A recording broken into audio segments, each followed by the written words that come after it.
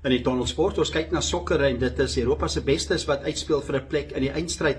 Dit is die Kampioene Liga, dit is soos hulle Engels sê the Champions League van UEFA. Die beste van Europa wat daarin speel, daar slaat een span deur na die eindstryd. Dit is Inter Milan en hulle het vir Barcelona uitgeskakel op winnende sokker daar en dit was 'n gesamentlike telling van 7-6 in die einde, 3 elke eerste en 4-3 die tweede ene en hulle is deur na die eindstryd. Die een span wat dit nou alles in sy hande het of wat probeer om deur te gaan van die Engelse Premierliga is Arsenal.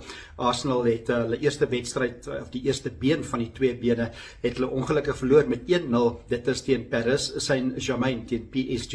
Die tweede been is Woensdag aand en dit is in Parys, 'n moeilike wedstryd vir Arsenal. Hulle sal probeer om reg te maak en dit is hulle sal daai wedstryd moet wen om dan verder te gaan en te probeer om in die eindstryd te speel teen Inter Milan.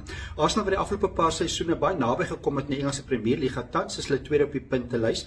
In die afgelope 2 seisoene ook het hulle tweede geëindig na die afloop van die Engelse Premierliga. Soos Mikel Arteta, die afrigter van Arsenal wat strategies aangeskakel sal moet wees, hy sal moet reg wees vir die wedstryd in Parys teen PSG. Soos 'n groot taak wat hulle het om vir PSG te klop, wen hulle vir PSG en kan hulle die een doel wat hulle agter is ook uitmaak en afhandel en uitwis, dan kan hulle teen Inter Milan speel in die eindstryd. En dit is 'n afskop wat 9 uur is Woensdag aand, dit is Namibiese tyd, dit is 'n Kampioene Liga sokker.